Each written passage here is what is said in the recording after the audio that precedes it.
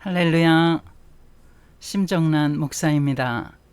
오늘은 창세기에 가장 많이 기록이 된 요셉 이야기를 시작하면서 하나님 말씀을 증거하는 시간을 갖겠습니다. 요셉은 여러분들이 너무나 잘 아시죠? 야곱의 11번째 아들입니다. 야곱이 가장 사랑했던 그 라헬을 통해서 두 아들을 얻는데 바로 요셉과 베냐민 두 아들을 얻었죠. 그러나 이제 베냐민을 얻자마자 그 라헬은 죽고 맙니다. 그러니까 그 남편인 야곱이 얼마나 그 요셉과 베냐민에 대해서 측은지심이 일었겠습니까? 엄마를 어릴 때 잃게 되는 그런 이제 그 요셉과 베냐민 두 형제였습니다. 그런데 그 중에서 요셉이 상당히 그 12아들 가운데 영적으로 능통했던 것 같습니다. 그래서 어느 날 이제 그가 꿈을 꾸게 되죠. 창세기 37장에 잘 나타나 있는데요. 이제 자기가 꿈을 꾸니까 해와 달이 이제 자기에게 경배를 하고 또 별들이 자기 앞에 절을 하는 그런 참 오묘한 꿈을 요셉이 꾼 것을 이제 아버지 야곱한테 그리고 또 형제들한테 보고를 하죠. 그런데 이 12형제가 다 의가 좋은 형제가 아니라 성경에 나타나 있는 대로 그 창세기 37장 2절을 보시면요. 이렇게 기록이 되어 있습니다. 야곱의 족보는 이러하니라. 요셉이 17세의 소년으로서 그의 형들과 함께 양을 칠 때에 그의 아버지의 아내들 빌하와 실바의 아들들과 더불어 함께 있었더니 그가 그들의 잘못을 아버지에게 말하더라. 이런 말씀이 기록되어 있습니다. 그러니까 빌하와 실바가 다 이제 야곱의 처들이죠. 그 한 사람은 그 레아의 이제 시종이었던 그 실바였고요. 또 한 사람은 이제 라헬의 시종이었던 빌하였습니다. 그들을 다 이제 그 라헬과 레아의 허락하에 이 종들을 아내로 삼게 되죠, 야곱이. 그런데 그 아들들, 그 빌하와 실바의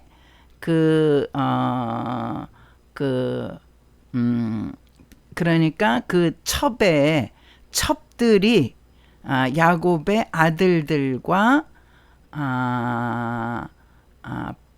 어떤 잘못된 그런 부적절한 관계를 갖는 사실을 이제 요셉이 알게 된 것입니다. 그래서 이거는 요셉의 어떤 영적인 그런 통찰력으로 볼 땐 이 아버지의 엄연한 아내들인데 이건 잘못돼도 너무나 한참 잘못됐다. 그렇게 생각하는 거는 요셉에게 뭐 너무나 합당한 생각이라고 할 수가 있습니다. 그런데 그들의 잘못을 그래서 아버지에게 보고를 한 것입니다. 그러나 그 형들의 입장에서 보면 그 동생 아주 한참 어린 요셉이 자기네 그 잘못된 행위를 고자질한 그러한 이제 그 아주 한참 어린 동생으로 그렇게 여기고 그 마음에 아주 그 동생을 미워하는 마음이 들기 시작한 것이죠.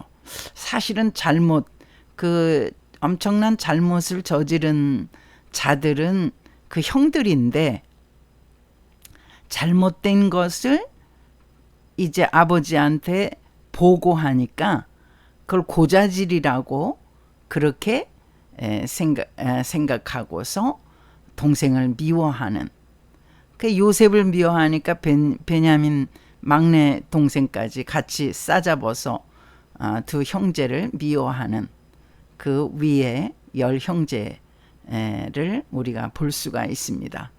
이렇게 우리가 형제지간에 함께 살 때 이렇게 그 윗사람들이 잘못한 것을 동생들이 보고 이것은 잘못된 거다 말할 수도 있고 지적할 수도 있고 또 부모에게 고할 수도 있잖아요. 그 분명히 잘못된 사람은 그 윗사람들인데, 그 형이고 누나고 이런 사람들인데 그 고자질했다고 해가지고 아주 동생을 미워하고 괴롭히는 그런 일들이 각 가정마다 조금씩 있는 것을 우리는 또 알 수가 있죠. 바로 야곱의 집안에 이런 일이 벌어지게 된 것입니다. 그래서 이제 그 요셉이 신통방통한 그런 영적인 그 꿈을 꿨을 때 굉장히 형들이 달가워하지 않죠. 너 뭐 그렇게 그 참 오묘한 꿈을 꿨구나. 그걸 귀담아 듣거나 그 동생을 위하는 것보다는 아주 그 동생에 대해서 시기하고 질투하는. 그래서 이제 창세기 37장 보시면은요, 5절에 요셉이 꿈을 꾸고 자기 형들에게 말하매 그들이 그를 더욱 미워하였더라. 지까지 게 뭔데? 한참 어린 게 지 앞에서 형들이 절을 한다고? 뭐 이런 식으로. 여기 이제 그 해석을 해보면 7절에 우리가 밭에서 곡식단을 묶더니 내 단은 일어서고 당신들의 단은 내 단을 둘러서서 절하더이다. 곡식단이 요셉의 단은 일어서서 딱 가운데 있는데 그 형들의 단이 둘러서 가지고 그 요셉의 단에, 곡식단에 절을 하는 그런 꿈을 꾼 것입니다. 그러니까 이제 8절에서 그 형들이 아주 빈정거리는 것을 우리가 볼 수가 있죠. 그의 형들이 그에게 이르되 네가 참으로 우리의 왕이 되겠느냐, 참으로 우리를 다스리게 되겠느냐 하고 그의 꿈과 그의 말로 말미암아 그를 더욱 미워하더니, 그냥 말하지 않는 게 더 나을 뻔했죠. 벌써 대번 형들은 그 꿈이 아주 괴상한 꿈이다, 기분 나쁜 꿈이다, 이렇게 치부해버리는 거죠.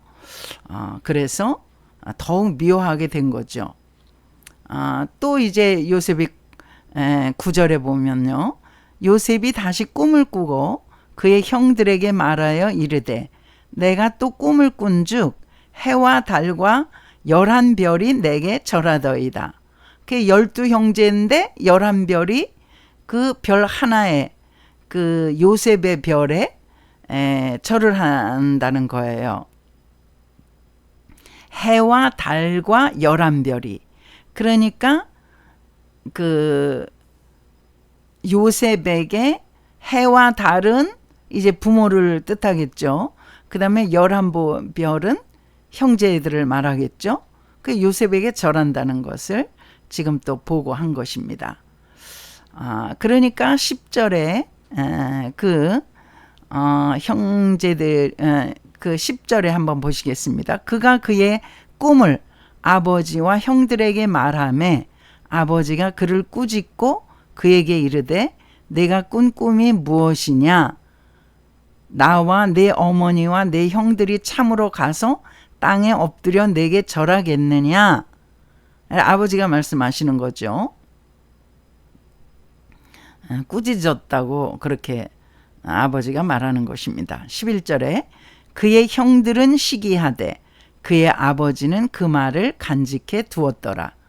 그러니까 그 형들은 그 꿈을 뭐 대수롭지 않게 생각했고 또 오히려 빈정거리고 비아냥거리고 그렇게 오히려 동생을 윽박지르는 그랬지만 아버지 야곱은 그의 말을 마음에 둔 것이죠. 참 희한한 꿈을 꿨구나. 우리도 그렇지 않습니까? 정말 이상한 꿈을 꿀 때 그걸 뭐 아무것도 아닌 걸로 치부하지 않잖아요. 그게 무슨 의미지? 이런 꿈을 내가 왜 꾸지? 이렇게 이제 그 마음에 두는 그런 꿈이 있지 않습니까? 야곱이 요셉의 꿈을 정말 기이하게 생각했다는 것입니다. 그 형들이 이렇게 요셉을 질투하고 시기하고 미워하는데도 요셉은 아버지 말씀을 순종해서 형들에게 먹을 것을 싸가지고 형들이 들판에서 양을 치기 때문에 이제 요셉이 아버지의 말씀을 순종해서 형들에게 갑니다. 심부름을 갑니다.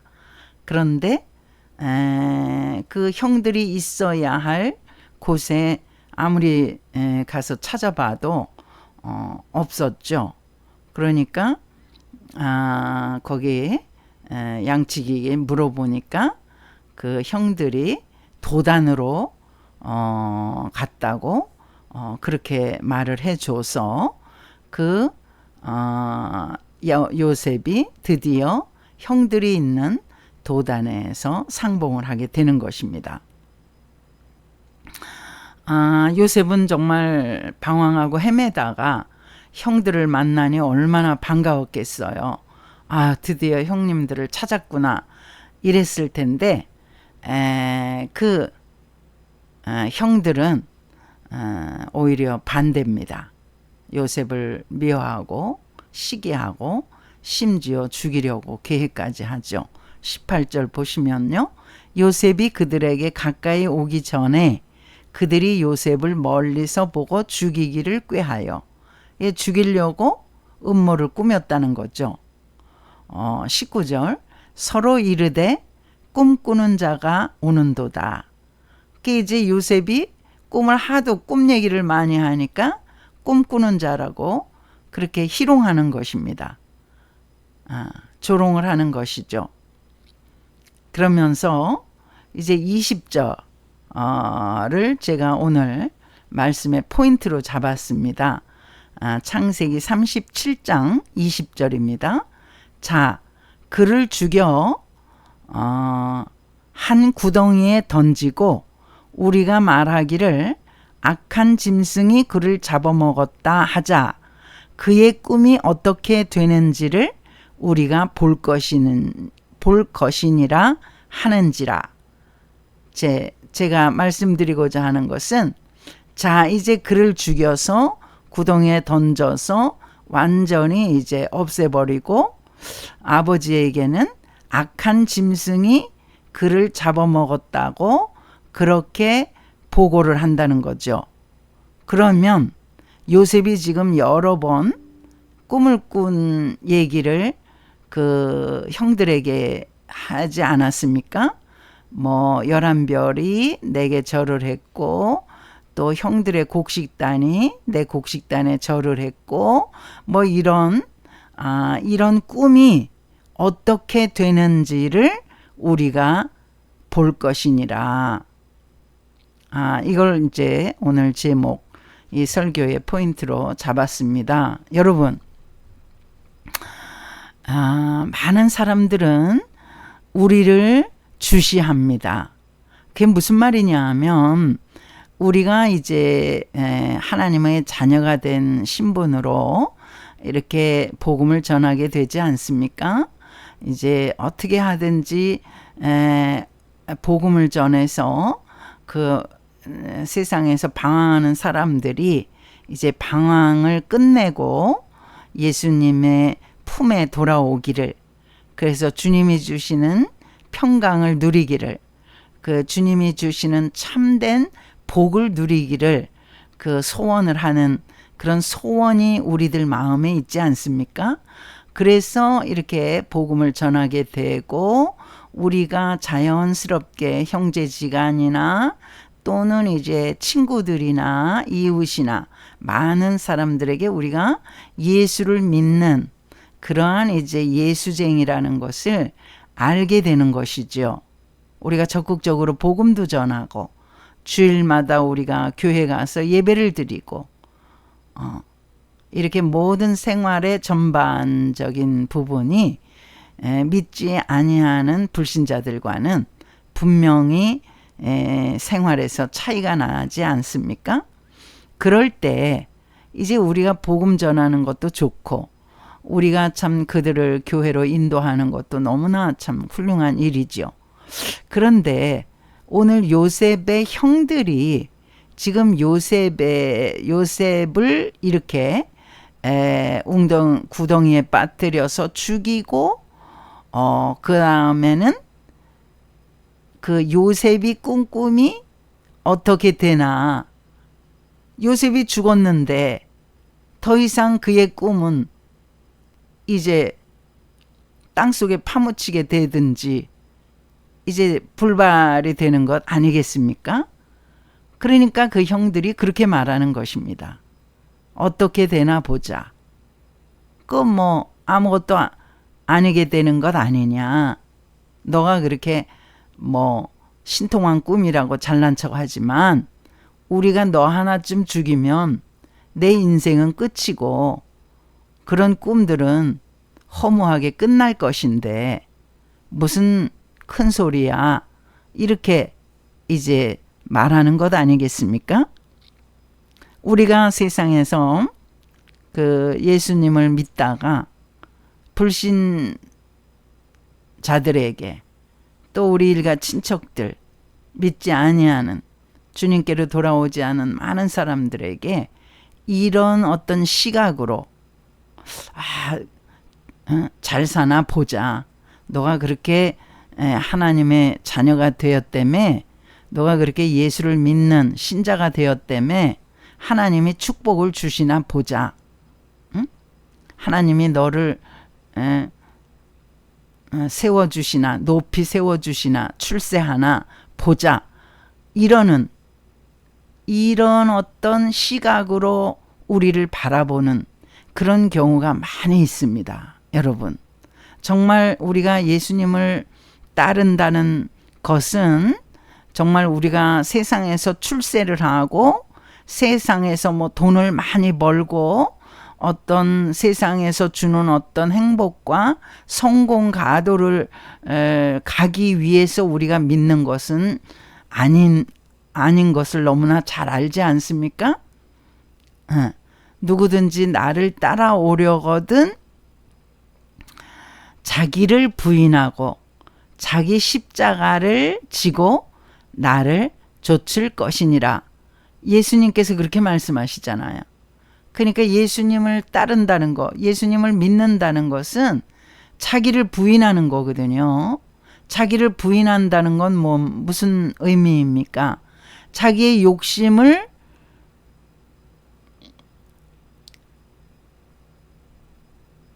거절하는 것이죠. 막 욕심이 불뚝불뚝 일어나는 것을 물리친다는 것이죠. 그 욕심으로, 우리 자신의 욕심으로 일어나는 게 바로 세상에서의 잘 나가는 것 아닙니까? 돈도 잘 벌고 무슨 출세하고 성공하고 세상에서 박수치고 이런 게 바로 자기 자신을 높이는 것 아니겠습니까? 그런데 예수님께서는 자기 자신을 부인해야, 자기 자신의 그 욕심을 버려야 나를 따르는 자다. 이렇게 말씀하시니까 정반대의 삶이잖아요. 근데 믿지 아니하는 우리의 친구들이나 또 우리의 형제 자매들은 그렇게 생각을 안 한다는 사실입니다. 너가 예수를 믿는다며, 너가 하나님의 자녀라며, 근데 왜 축복을 못 받는 거야? 왜 성공을 못한 거야? 너는 왜 그렇게 살아? 이렇게 정말 전혀 우리가 생각지도 않은 화살을 맞을 수가 있다는 것입니다. 여러분. 그래서요, 저는 한편으로 또 이렇게 생각합니다. 우리가 예수님과 우리와 사이의 내적인 관계는 정말 우리 자신을 부인하고 또 우리의 태인 십자가를 지고 우리가 주님을 쫓지만 주님과의 내적인 긴밀한 관계를 의미하는 거죠. 그러나 또 세상 사람들에게, 믿지 아니하는 우리 형제 자매들에게, 또 믿지 아니하는 친구들에게, 또 우리가 전도하는 대상자들에게 우리가 정말 하나님의 자녀로서 세상에서 어떻게 살아가는 것을 보여주기 위해서라도 예수님과의 내적인 긴밀한 관계하고는 조금 차이가 있는 것이죠. 우리가 주님께 구해야 되는 것입니다. 모세가 이스라엘 백성들이 이제 우상 숭배에 빠져서 막 춤추고 요란하게 그 우상에게 절하고 막 아론과 함께 뒤섞여서 막 난장판을 벌이면서 그렇게 그 난리를 치지 않았습니까? 모세가 시내산 높이 올라가서 그 십계명을 그 하나님으로부터 받아서 돌아오는데 저 밑에서 막 무슨 꽹과리 소리가 나고 막 사람들 웃음소리가 나고 춤추는 소리가 막 크게 들리는 거예요. 그래서 이제 모세와 그 시종 여호수아는 모세와는 조금 상거가 좀 뜨인데 항상 모세의 시종으로 여호수아가 따랐거든요. 그 시내산에 오를 때도 직접적으로 꼭대기까지는 안 갔지만 거리를 두고 모세 뒤에 있다가 이들이 내려오니까 정말 밑에서 난리가 난 것 아닙니까? 그래서 모세가 너무너무 이제 마음이 아프고 속상해서 그 두 돌판, 하나님으로부터 받은 두 돌판을 그들에게 던지잖아요. 그들이 그 40일을 그러니까 기다리지 못하고 그렇게 우상을 숭배하고 그렇게 하니까 너무나 모세는 충격을 받고 분노합니다. 그리고 이제 다시금 40일 금식하고 이렇게 하나님께 나가서 이제 십계명을 또 재차 받지 않습니까? 그런데 그때에 하나님께서 모세에게 이렇게 말씀하시는 거예요. 모세야, 내가 이 말썽 이렇게 말 안 듣고 불순종하는 이들 다 갈아엎고 너에게 새 민족을 붙여주겠다. 그러니까 새 민족과 한번 다시 시작을 해보렴 하고 하나님도 정말 진노하신 거죠. 그래서 모세에게 그렇게 새 민족을 너에게 붙여주시겠다. 이스라엘 민족은 못 쓰겠다. 이들을 다 쓸어 엎겠다. 이렇게 하나님께서 말씀하실 때 모세가 뭐라고 합니까?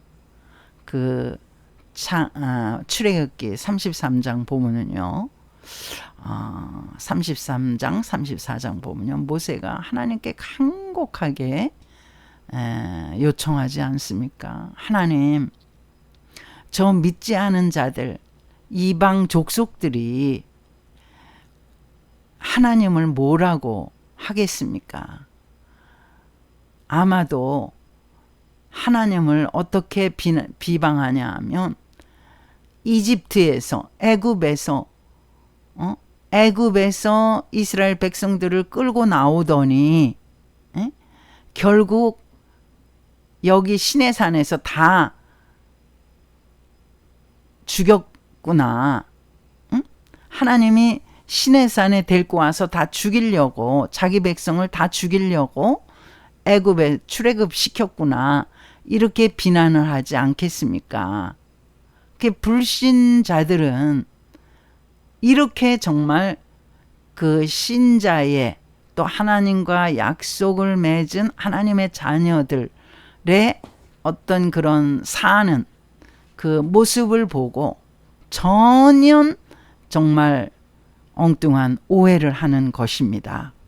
하나님이 이들이 불순종해서 하나님의 진노를 자초했다고 그렇게 그 진실한 모습을 보는 것이 아니라 하나님이 하나님 같지 않아서 출애굽을 시킨 때는 언제고 이제 또 시내산에 와서 또 이들을 다 죽이니 그런 하나님이 세상에 어딨냐 그러면서 하나님을 비난하고 욕을 돌릴 것입니다. 그러니까 제발 하나님, 나는 이제 모세죠. 자기를 하나님의 생명록에서 제하는 한이 있더라도 이 백성을 살려주시고 이들을 가나안에 입성시켜 달라고 그렇게 강청하는 것이죠. 하나님께서 모세의 기도를 기쁘게 들으시고 결국은 이스라엘 백성들을 끝까지 가나안으로 이끄시는 것을 우리는 잘 알고 있지 않습니까? 물론 광야에서 불순종한 자들이 정말 그 하나님의 심판을 받았지만은, 그래서 제가 이제 말씀드리고자 하는 것은 불신자들이 우리를 바라볼 때 어떻게 보느냐, 하나님이 너를 진짜 축복하시는가, 정말 하나님이 계시기는 계시는 거야? 하나님이 계신다면 너가 왜 그래? 너는 너의 삶은 하나님을 믿는 것 같지도 않고, 그러면서 정말 그 부정적이고 비난할 만한 거리들을 찾는다는 것입니다. 그래서 그 모세가 기도한 것처럼 우리도 하나님을 향해서 기도할 때, 하나님, 제가 정말 참 그 온전하지 못하더라도 하나님, 그 주변에 널려 있는 불신 영혼들이 저를 볼 때에 정말 하나님을 하나님으로 인식하지 아니하고 하나님을 비난하고 또 하나님의 약속을 우습게 여기고 하나님의 자녀를 우습게 여길까 봐 두렵사오니, 하나님, 제가 제 욕심대로 구하는 것이 아니라 하나님이 하나님 되심을 위해서 이런 것들을 이루어 주십시오. 이렇게 하나님께 요청할 수가 있다는 것입니다.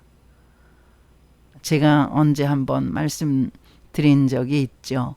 우리의 정말 그 기도가 하나님의 집에서 다 쓰레기통감이라고 그렇게 제가 이제 말씀드린 적이 있습니다. 그만큼 우리가 정말 헛된 욕망에 사로잡혀서 정말 잘못 구하고 있는 것이죠. 정욕대로 구하는 것이지요. 그러나 때로는 우리의 참 신실하지 못한 그러한 우리라 할지라도, 완전하지 못한 우리라 할지라도 세상 사람들이, 불신 영혼들이, 불신자들이 우리를 바라볼 때 하나님을 비난하고 하나님을 욕보이고 또 완전히 잘못된 오해를 갖는 그런 길로 나가면 안 되잖아요. 그래서 그러지 않기 위해서 하나님,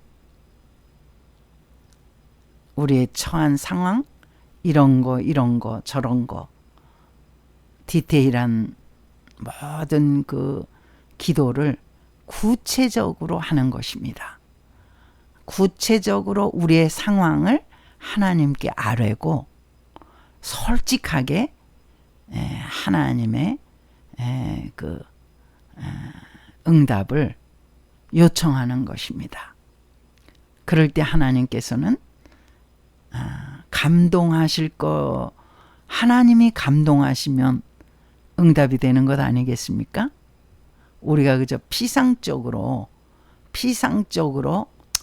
뭐 이제까지 안 주셨는데 뭐 내가 뭐 구한다고 주시겠어? 이러한 어떤 부정적인 마음으로 간구하면 그것은 잘못된 것이죠. 하나님, 제가 정말 부족한 게 많이 있지만은 제가 그 사람을 전도하기 위해서 또 저 사람이 하나님의 살아계심을 인정했으면 좋겠습니다. 그러기 위해서 하나님, 저를 축복해 주세요. 저의 이런 기도를 응답해 주세요. 구체적으로 더 깊이 들어가는 것입니다.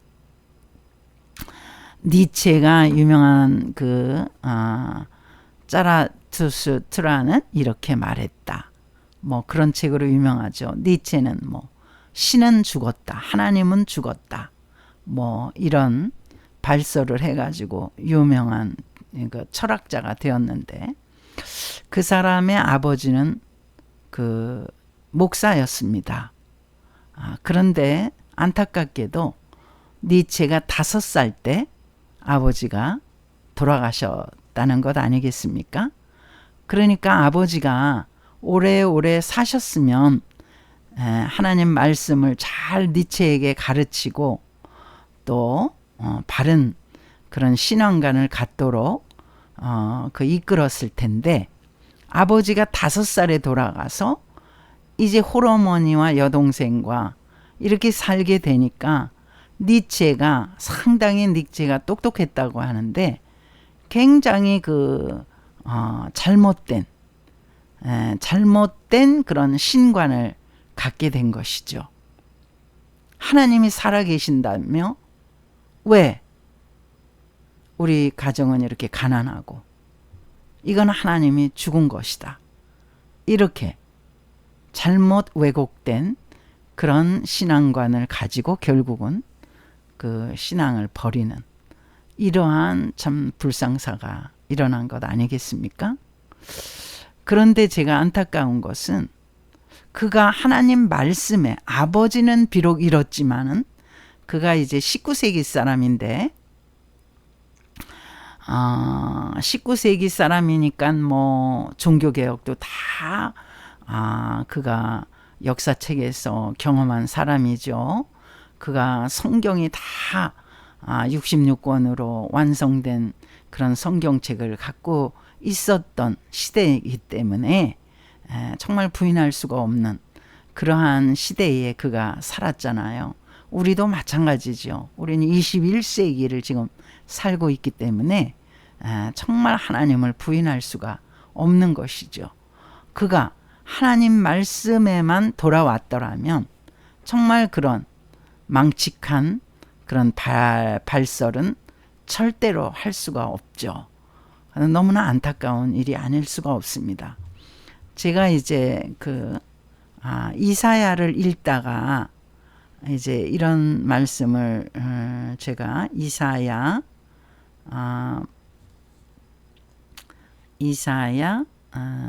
44장 이사야 44장 한번 읽어드리겠습니다. 이사야 44장 1절입니다. 나의 종 야곱, 내가 택한 이스라엘아, 이제 들으라. 여기서 나의 종 야곱, 내가 택한 이스라엘아, 이렇게 해서 이름을 명칭하는 것 같지만 사실은 이 말씀을 우리가 생각할 때는 나의 종 야곱, 내가 택한 이스라엘은 여기다가 우리의 이름을 대입을 시켜야 돼요. 우리의 이름을 치환시켜서 말씀을 우리가 읽어야 됩니다. 우리는 예수 그리스도로 말미암아 하나님의 선택받은 그런 하나님의 자녀이기 때문에 그냥 단순히 여기다가 야곱이나 이스라엘, 오래전에 살았던 고대의 그 야곱의 12지파 그 사람으로 생각하면 안 됩니다. 이사야도 벌써 야곱 시대의 사람과는, 야곱 시대 12지파와는 굉장한 시대적인 차이가 있는 이사야 선지자입니다. 이사야 선지자는 BC 6세기 때 사람이잖아요. 그러니까 지금으로부터 2600년, 700년 전에 사람이잖아요. 그러면 야곱은 또 어느 때 사람입니까? BC 1800년 전, 그 1800년 시대잖아요. 그러니까 지금으로부터는 3800년이죠. 그러면 이사야로부터는 1200~1300년 전입니다. 그런데 이사야가 야곱을 거론하고 이스라엘을 거론하는 거예요. 그것은 그때 당시에 BC 18세기에 1800년 전에 그 사람들을 불러 올리는 게 아니라 바로 하나님의 택한 백성들을 지금 부르는 것입니다. 예수 그리스도로 말미암아 죄사함을 받은 하나님의 자녀, 그러니까 내 이름을 여기다가 대입을 시켜야 되는 것입니다. 그래서 나의 종 정나나, 내가 택한 정나나, 이제 들으라. 여러분의 이름을 여기다가 대입을 시켜야 된다는 말씀입니다. 그리고 2절을 또 읽어드릴게요. 너를 만들고 너를 모태에서부터 지어낸 너를 도와줄 여호와가 이같이 말하노라. 나의 종 야곱이 아니라 나의 종 정나나, 내가 택한 여수루나, 이거 예루살렘인데 여수루나, 이것도 정나나, 두려워하지 말라. 3절입니다. 나는 목마른 자에게 물을 주며 마른 땅에 시내가 흐르게 하며 나의 영을 네 자손에게, 나의 복을 네 후손에게 부어주리니. 그러니까 우리의 후손들에게까지, 나뿐만 아니라 우리 후손들까지도 복을 주시겠다고 지금 하나님께서 이사야 선지를 통해서 우리에게 말씀을 하시는 것입니다. 놀라운 것입니다. 자, 그래서 여기서 6절을 제가 읽어드리겠습니다. 이스라엘의 왕인 여호와, 이스라엘의 구원자인 만군의 여호와가 이같이 말하노라. 이스라엘을 이제 그 고대 왕국이었던 이스라엘로 생각하지 마시라고 말씀드렸죠. 나는 처음이요 나는 마지막이라. 나 외에 다른 신이 없느니라. 이사야 선지를 통해서 하나님이 직접 말씀하시는 것입니다. 그래서 7절, 내가 영원한 백성을 세운 이후로 나처럼 외치며 알리며 나에게 설명할 자가 누구냐? 있거든 될 일과 장차 올 일을 그들에게 알릴지어다. 8절, 너희는 두려워하지 말며 겁내지 말라.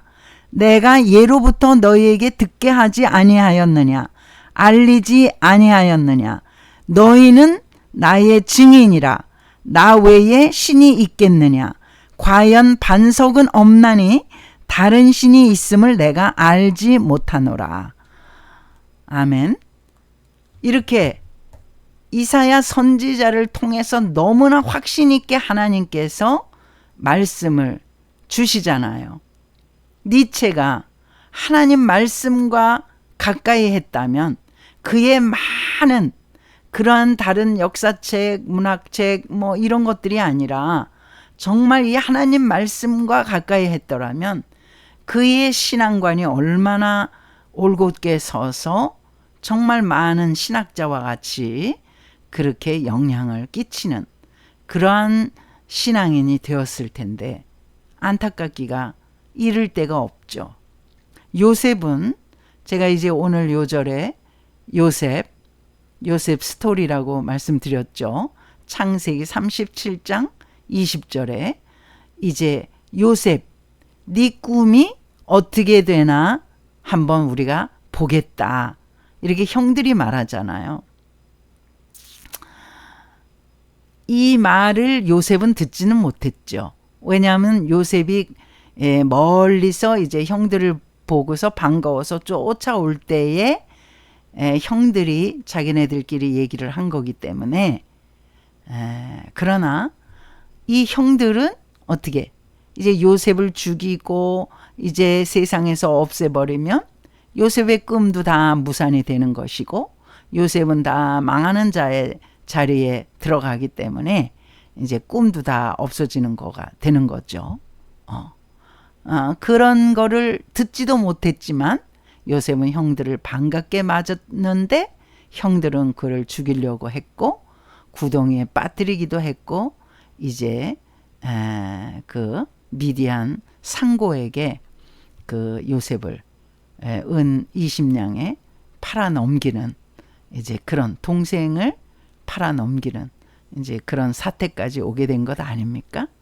그런데 요셉은 가는 족족 그는 하나님과 동행했다는 사실입니다.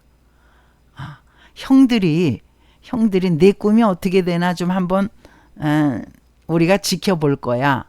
뭐 그 소리를 나중에 그가 그 구덩이에 빠졌을 때 또 형들이 얘기를 해서 들었는지는 모르겠습니다만 요셉은 어떻게 했습니까?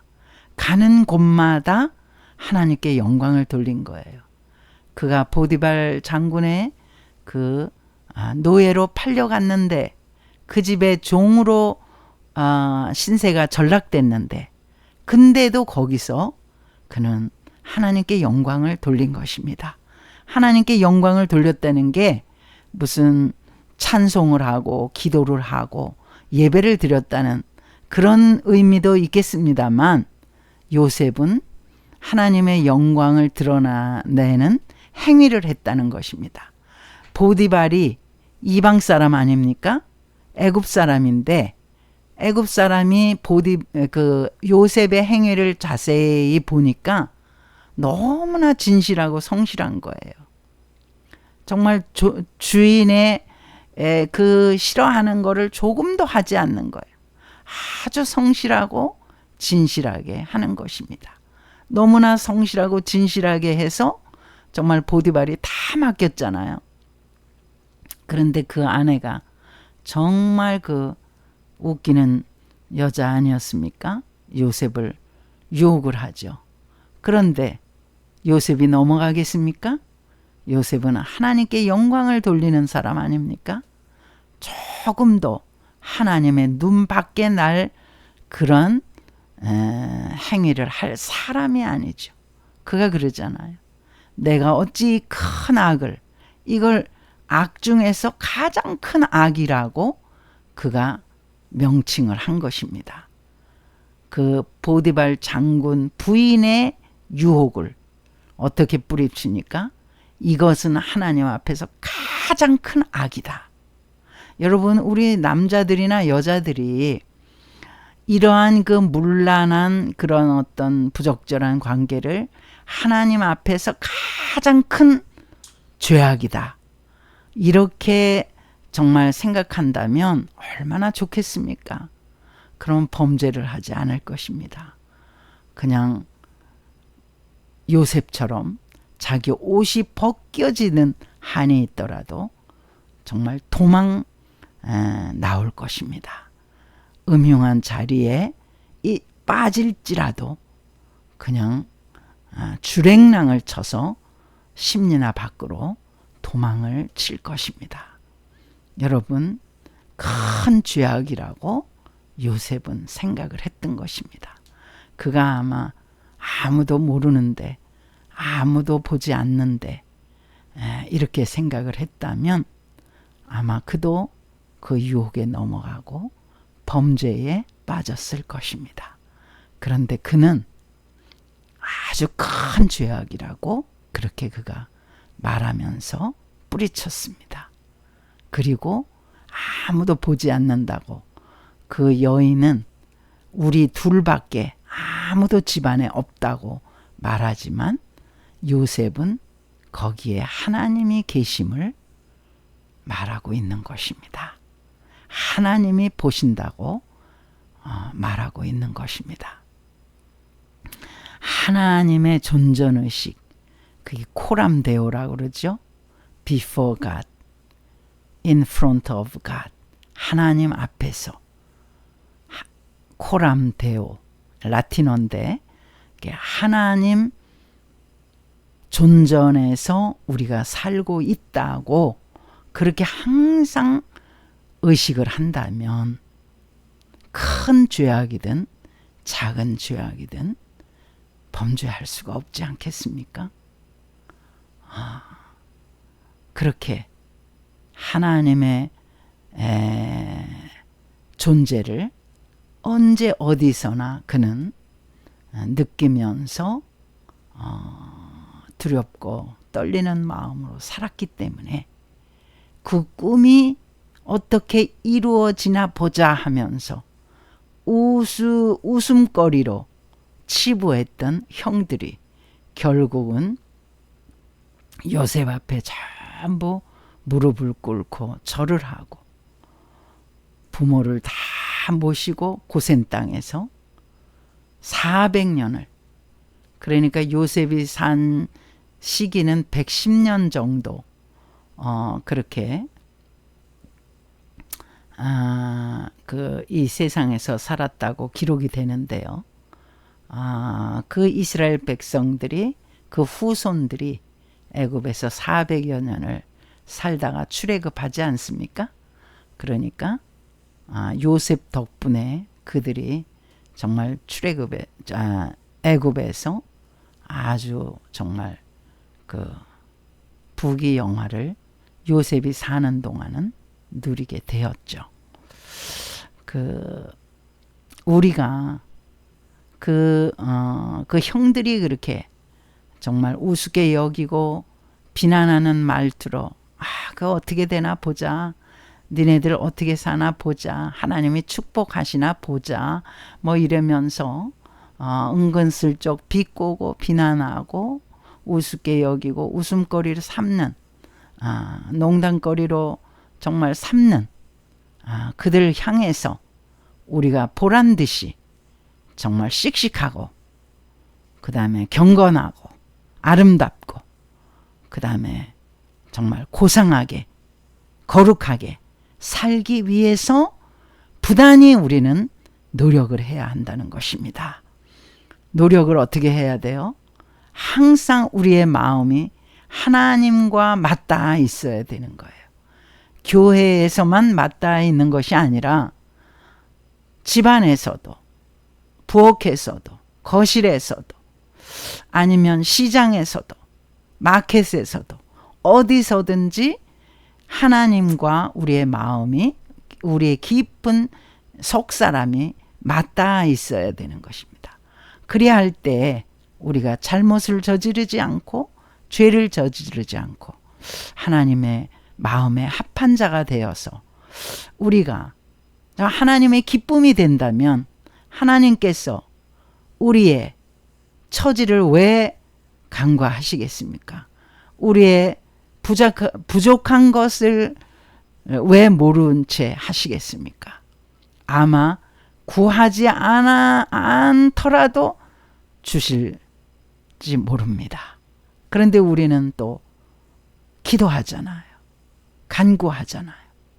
그러니까 하나님 마음에 들기 위해서 우리가 사람의 눈치를 보는 것이 아니라 어떤 사람의 마음을 얻기 위해서, 물론 사회생활 할 때 우리가 여러 가지 생활을 할 때에 우리가 독불장군으로 그렇게 우리가 예수 믿는다고 해서 정말 독불장군으로 그렇게 고집불통으로 살면 안 되겠죠. 정말 지혜롭고 합리적으로 살아야 되겠죠. 그러나 우리는 거기에 플러스 하나님을 따르는 자, 하나님의 말씀을 순종하는 자 아니겠습니까? 그러니까 우리의 속사람이 늘 하나님과 맞닿아서 어디를 가든지 진실하고 정직하게 바르게 그렇게 살 때에 하나님께서 우리를 기뻐하시고 하나님 마음에 합한 자로 축복해 주실 줄을 믿습니다. 할렐루야. 다음 시간에 또 뵙겠습니다.